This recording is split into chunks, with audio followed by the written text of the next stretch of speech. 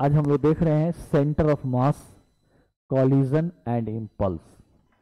आज पहला क्लास है इस चैप्टर का। चैप्टर का नेम क्या है? Centre of mass. हिंदी में इसको द्रव्यमान केंद्र बोलते हैं। कॉलिजन इसको टक्कर या संघात बोलते हैं। हिंदी में इसको हम टक्कर या संघात बोलते हैं। एंड इम्पल्स, इम्पल्स को हिंदी में हम आवेग बोलते हैं। ये हमारा न्यू चैप्टर है और इस न्यू चैप्टर को अच्छा से देखिएगा बेटा, क्योंकि 11th ही नहीं 12th तक आपके काम आएगा। और इसके बाद का जो चैप्टर है रिजिड बॉडी यानी रोटेशनल मैकेनिक्स, रोटेशनल डायनेमिक्स, उसमें भी आपको ये काम आएगा, बल्कि उसमें काम आता ही आता है। अब आइए सबसे पहले हम लोग देखते हैं कि वह सेंटर ऑफ मास होता क्या है। तो हमारा फर्स्ट टॉपिक है सेंटर ऑफ मास। हिंदी में इसको द्रव्यमान केंद्र बोलते हैं। अब इसको आप कैसे समझेंगे? समझाने के लिए एक दो एग्जाम्पल मैं दे रहा हूं। मान लीजिए जैसे अगर ये सीधे जा रहा, ऐसे जा रहा और ऐसे आ गया, तो बोलेंगे एक पार्टिकल है, अप डाउन किया। लेकिन अगर हम ऐसे फेंके तो ऐसा, इस प्रक्रिया को घुमाना, इसको स्पिन करना बोलते। कैसे? आप लोग इलेक्ट्रॉन ये सब पढ़ते हैं, चक्कर लगाता है, क्वांटम नंबर आता है, स्पिन क्वांटम नंबर होता है, उसका वही वैल्यू निकालते हैं। सर्कुलर मोशन में वही चीज है। तो स्पिन मतलब होता है चक्कर लगाना। तो अब जैसे यहां देखो, अगर हम कैसे स्पिनर होता है, तो स्पिनर का उंगली अपने आप घूम जाती है, इससे बॉल घूमता हुआ जाता है। ये फर्क होता है। जो स्पिनर बॉलर जो स्पिनर बॉलर होता है, तो बॉल को स्पिन कराते रहता है, टप्पा मारेगा वहां, चल जाएगा वहां, यानी भ्रमित करने के लिए। किसको? बैट्समैन को। ठीक है ना? बैट्समैन को भ्रमित कर देने के लिए। वो डिसाइड नहीं कर पाता है कि किधर से आने वाला है। लेकिन जो आजकल बैट्समैन भी चतुर चतुर है, नाले पे दहला, जो अच्छा होता है उस पहचान लेता है कि ऐसे फिंगर्स आ रहे हैं तो वो किधर गिरने वाला है और उसके बाद किधर जाने वाला है। तो बेटा वही स्पिन करता हुआ एक डस्टर है यह। अब इस डस्टर को अगर हम वर्टिकली फेंकते हैं तो आप लोगों से कुछ प्रश्न है, कुछ क्वेश्चन है, आप लोग जवाब दीजिएगा। जैसे इसको वर्टिकली हम फेंके, देखते रहिएगा, जा रहा है, आपको कोई एक पॉइंट इसमें दिख रहा है, सब नाच रहा है, लेकिन एक पॉइंट दिख रहा होगा जो नहीं नाच रहा है। आपको दिखेगा? देखिए तो क्या महसूस कर रहे हैं? फील हो रहा है ना कि जरूर नहीं कि बीच में यहीं पर होगा, वो कोई दूसरी जगह भी हो सकता है। वो तो यूनिफॉर्म बॉडी है तो सेंटर यहाँ पर आएगा। अगर यहाँ बांध दे, दूसरा भारी कर दे, तो इधर खसक जाएगा। तो देखो यहाँ, यानी स्पिन करता हुआ एक बॉडी है, अगर हम उसको प्रोजेक्ट कर रहे हैं तो बॉडी के सारे पॉइंट्स रोटेट कर रहे हैं, स्पिन कर रहे हैं, लेकिन एक पॉइंट ऐसा है जो बिल्कुल स्पिन नहीं कर रहा है। हम उसी पॉइंट को सेंटर ऑफ मास बोलते हैं। और सारा मास ऐसा महसूस होता है कि एक पार्टिकल की तरह गया और ऊपर आया। यानी एक पार्टिकल, अगर हम उसको ऐसे नचाते हुए प्रोजेक्टाइल की तरफ फेंके तो लगेगा कि एक पार्टिकल की तरह, एक पॉइंट उसमें ऐसा होगा बाकी सारा अपना कोऑर्डिनेट बदलता रहेगा, मतलब डायरेक्शन चेंज करता रहेगा, लेकिन एक पॉइंट ऐसा होगा जो लगेगा कि वो प्रोजेक्टाइल मोशन में है। हम उसी पॉइंट को सेंटर ऑफ मास बोलते हैं। और बॉडी का सारा मास वहीं पर कंसंट्रेट भी होता है, केंद्रित भी होता है। तो सेंटर ऑफ मास का मतलब क्या हुआ? वह पॉइंट जहां बॉडी का टोटल मास कंसंट्रेट होता है, हम उस पॉइंट को सेंटर ऑफ मास बोलते हैं। तो पहले लिखो, द पॉइंट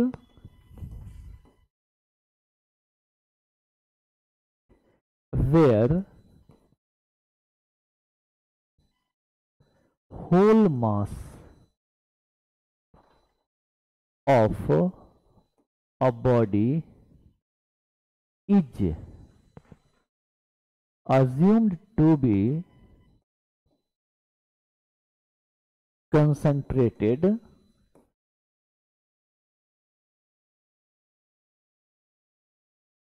is called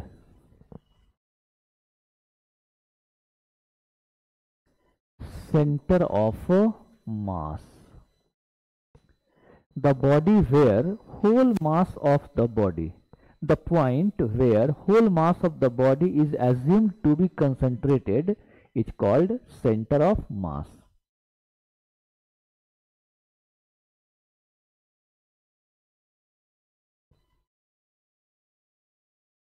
किसी पिंड का वह बिंदु, हिंदी में लिख लो, किसी पिंड का वह बिंदु जहां पिंड का, किसी पिंड का वह बिंदु जहां पिंड का संपूर्ण द्रव्यमान केंद्रित रहता है, जहां पिंड का संपूर्ण द्रव्यमान केंद्रित रहता है, द्रव्यमान केंद्र कहलाता है। द्रव्यमान केंद्र कहलाता है। पूर्ण विराम। अब देखो सब यहां, अब जैसे एक एग्जांपल देखो यहां पर, जैसा बताया हमने, जैसे मान लो स्पिन करता हुआ एक बॉडी को वर्टिकली अपवर्ड करते हैं, फेंकते हैं। जैसे मान लो एक को यह डस्टर, जैसे ये डस्टर था, इसको स्पिन करता हुआ हम फेंकते हैं तो क्या होता है वर्टिकली अपवर्ड। आप देखिएगा यहां पर क्या फील होगा कि ये जो ब्लॉक है,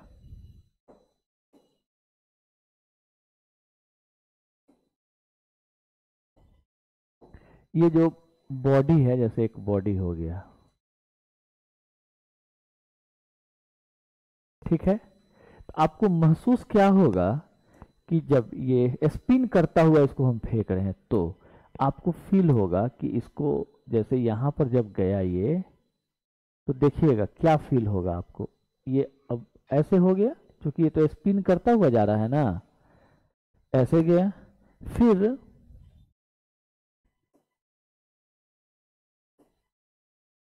मान लो यहां गया तो यह स्पिन करता हुआ जा रहा है, ऐसे हो गया। अगली बार में ये मान लो यहां गया, अब ऐसे हो गया।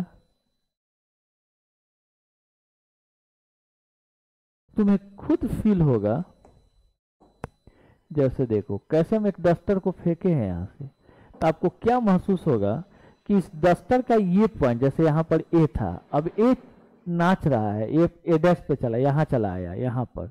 अगली बार में यह ए यहां पर है, अगली बार में यह ए यहां पर है, लेकिन यहां पर जो यह पॉइंट सी है, वह ये देखो इसका पाथ कैसे हुआ, ऐसे गया, फिर ऐसे गया, तब ऐसे गया। इसका पाथ देख रहे हो चेंज हो रहा है, लेकिन यहां पर जो पॉइंट है, यह पॉइंट का पाथ क्या हो रहा है, वर्टिकली अपवर्ड गया, वर्टिकली डाउनवर्ड आया। यानी यह एक पॉइंट की तरह फील हो रहा है कि नहीं, एक बिंदु की तरह। तो लगा क्या कि टोटल मास यही कंसंट्रेट है। लगेगा कि एक पार्टिकल है जो वर्टिकली अपवर्ड गया और वर्टिकली अपवर्ड डाउनवर्ड आया। बोलो हाँ या ना। तो हम इसी पॉइंट के मोशन को बोलेंगे क्या, motion of a single particle. और लगेगा क्या कि पूरे बॉडी का मास यही कंसंट्रेट है, यह अपना पाथ चेंज नहीं कर रहा है। यानी सेंटर ऑफ मास को सिंगल पार्टिकल की तरह ट्रीट करेंगे। यानी पूरे बॉडी को हम सिंगल पार्टिकल की तरह जिस पॉइंट पर ट्रीट करते हैं, जैसा उसको व्यवहार देते हैं, मानते हैं कि इसी पॉइंट पर ये पूरा बॉडी एक ही बिंदु पर है, हम उसी बिंदु को क्या बोलते हैं, सेंटर ऑफ मास। ये सारे अपने पाथ को बदलते जाएंगे, लेकिन ये क्या है, वर्टिकली अपवर्ड आपने फेंका तो वर्टिकली अपवर्ड ही जाएगा, और वही पॉइंट क्या कहलाएगा, सेंटर ऑफ मास कहलाएगा। क्लियर। तो हम बोलेंगे इसको सेंटर ऑफ मास। फिगर बना लीजिए जरा, फटाफट फिगर बनाइए, फिगर बना लीजिए जल्दी से।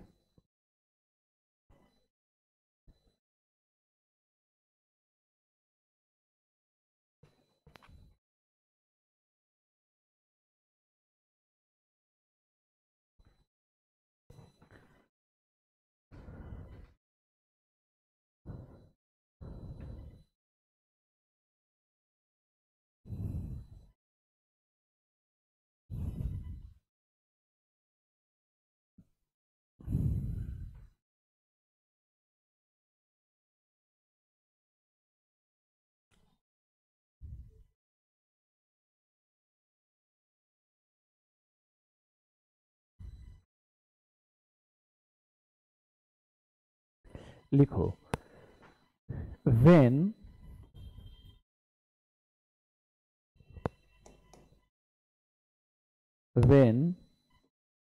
a body ब्रैकेट में given in the figure, जो चित्र में दिया हुआ है, when a body is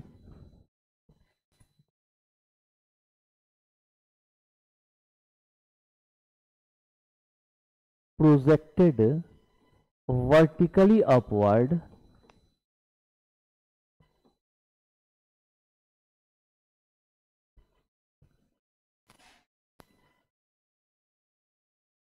as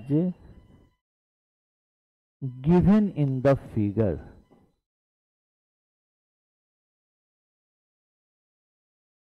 comma, we see that there is a single point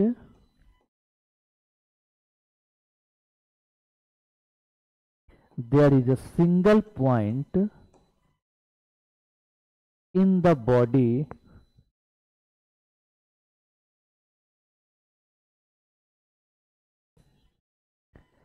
that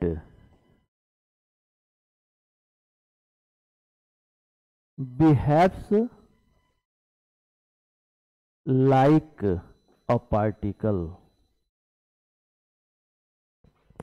और सिंगल पॉइंट को ब्रैकेट में सी कर देना, क्योंकि यह मेंशन हो जाएगा कि पॉइंट सी ही है।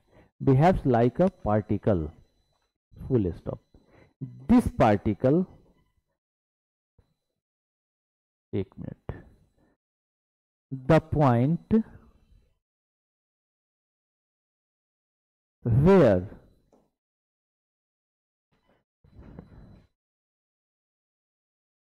the body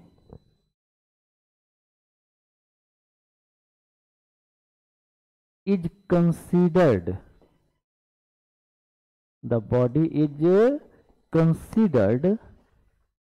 as a particle is called center of mass। बेटा सेंटर ऑफ मास क्या हो गया? बिंदु हो गया, या कोई फिजिकल क्वांटिटी नहीं हुआ कि इसका कोई फॉर्मूला आएगा। सेंटर ऑफ मास का क्या हो गया? द्रव्यमान का केंद्र, यानी वह बिंदु जहां द्रव्यमान केंद्रित है, या जो सिंगल पार्टिकल की तरह जिस बिंदु पर मानते उस बिंदु को कहते हैं। तो बिंदु कहीं फिजिकल क्वांटिटी है। तो अगर हमको सेंटर ऑफ मास निकालना है तो क्या करना होगा? उस पॉइंट को निकालना होगा। तो पॉइंट कहां है इसको कौन बताता है? Coordinates, position vector. तो यहां दो चीज निकालेंगे हम लोग कि सेंटर ऑफ मास कहां है, किधर है। तो उसके लिए निकालेंगे कोऑर्डिनेट्स और पोजीशन वेक्टर उस पॉइंट का जहां सेंटर ऑफ मास रहता है। डिफरेंट फैशन में निकालेंगे, और वह फैशन कब होगा? तो कल होगा, क्योंकि 1 घंटा टाइम लेगा और आपके पास टाइम कम है। नोट कर लीजिए।